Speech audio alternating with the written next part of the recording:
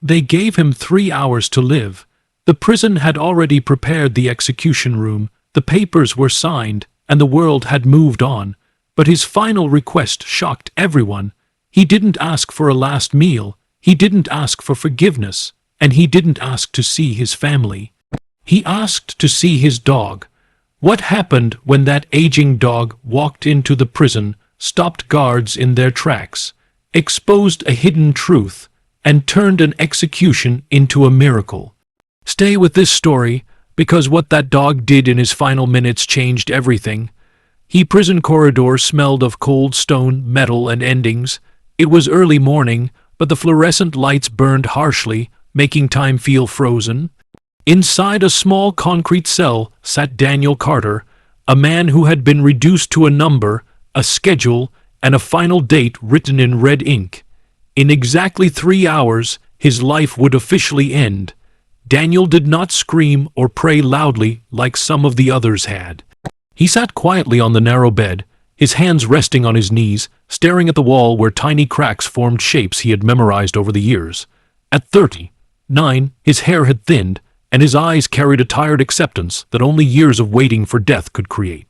Newspapers had already decided who he was, a criminal, a killer, a mistake that needed to be erased. But none of them had ever asked who Daniel had been before the bars, before the sentence, before the night everything went wrong. Daniel used to be a mechanic in a small town, the kind of man who fixed neighbors' cars for free if they couldn't afford it. He laughed easily and trusted people too much. When his marriage failed and his friends drifted away, there was only one soul that stayed beside him without conditions: his dog, Max. Max was not a special breed, just a rescue with uneven ears, brown eyes full of loyalty, and a tail that wagged even in silence. Daniel adopted Max during the lowest point of his life, and from that day on, the dog followed him everywhere, sleeping near his feet, waiting by the door, loving him without questions. Then came the night of rain, fear, and one irreversible decision. Daniel drove a car for people he should never have trusted. A robbery turned violent, a gun fired, a man died. Daniel swore he never pulled the trigger, but the court didn't need absolute truth. It needed a conclusion. Evidence was rushed, witnesses were confused, and Daniel became the easiest answer. As years passed on death row, appeals failed, hope faded, and even memories began to hurt. Yet every night, Daniel whispered the same name into the darkness. Max. He wondered if the dog thought he had abandoned him. That thought hurt more than the sentence. As execution day arrived, Daniel did not fear death as much as he feared being forgotten by the only creature who had ever loved him purely. An hour before the scheduled execution, the sound of footsteps echoed down the corridor. Officer Reynolds stopped in front of Daniel's cell, holding a clipboard with practiced professionalism. He had worked death row for 15 years and believed he had seen every possible reaction a man could have before dying. Rage, denial, prayer, madness. Daniel showed none of them. Reynolds cleared his throat and spoke in a calm voice, explaining the rules for the final hours and mentioning, almost casually, that Daniel was allowed one last request. Daniel slowly lifted his eyes, as if waking from a long dream. His voice, when he spoke, was quiet but steady. He said he wanted to see his dog. Reynolds blinked, certain he had misheard. A dog was not on the list of permitted requests. No one had ever asked for something so simple, so human. Daniel explained that Max was all he had ever loved without harming, that he didn't want forgiveness or comfort, only for Max to know he hadn't been abandoned. Reynolds felt something tighten in his chest. He hesitated, aware of the rules, aware of the consequences, but also aware that rules meant little in the face of a man's last wish. He promised nothing, only saying he would try. What Daniel did not know was that Max had never been adopted.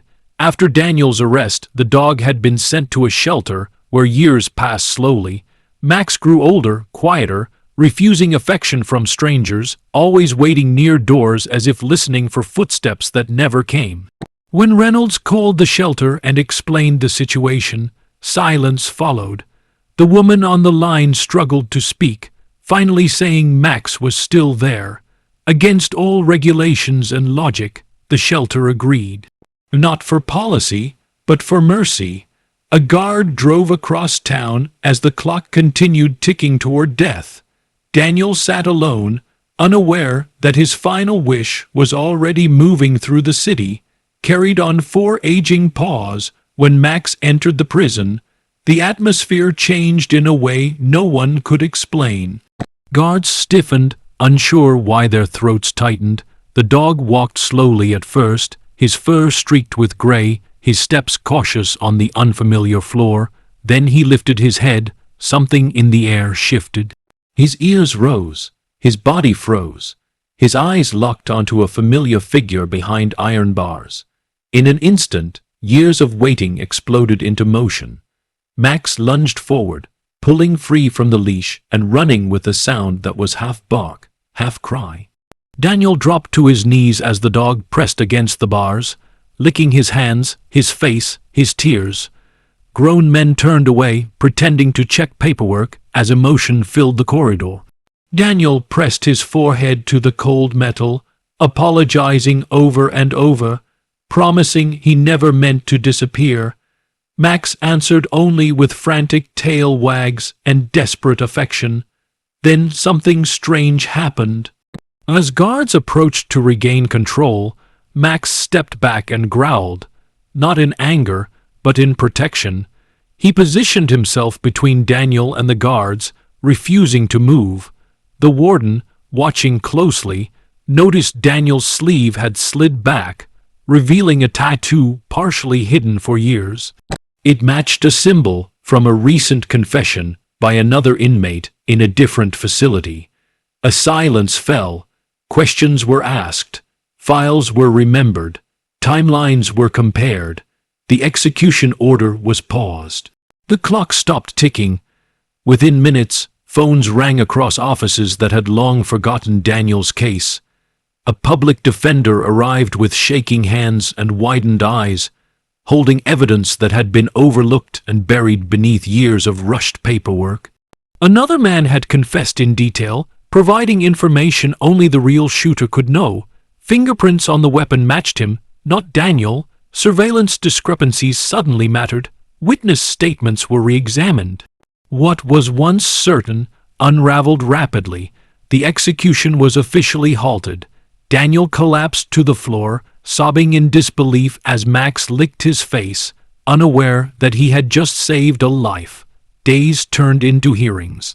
Weeks into rulings, the system admitted its mistake quietly, without apology. Daniel Carter was exonerated.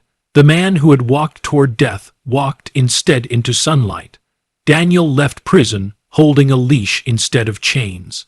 Max walked beside him, older but proud, as if aware of his role in rewriting fate. Daniel did not chase revenge or fame.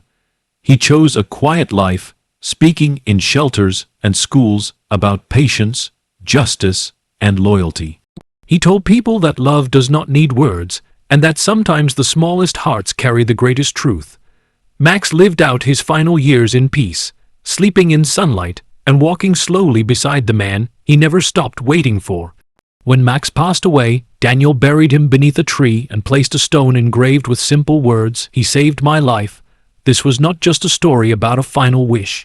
It was proof that compassion can stop injustice, that loyalty can expose truth, and that sometimes one faithful soul is enough to change everything.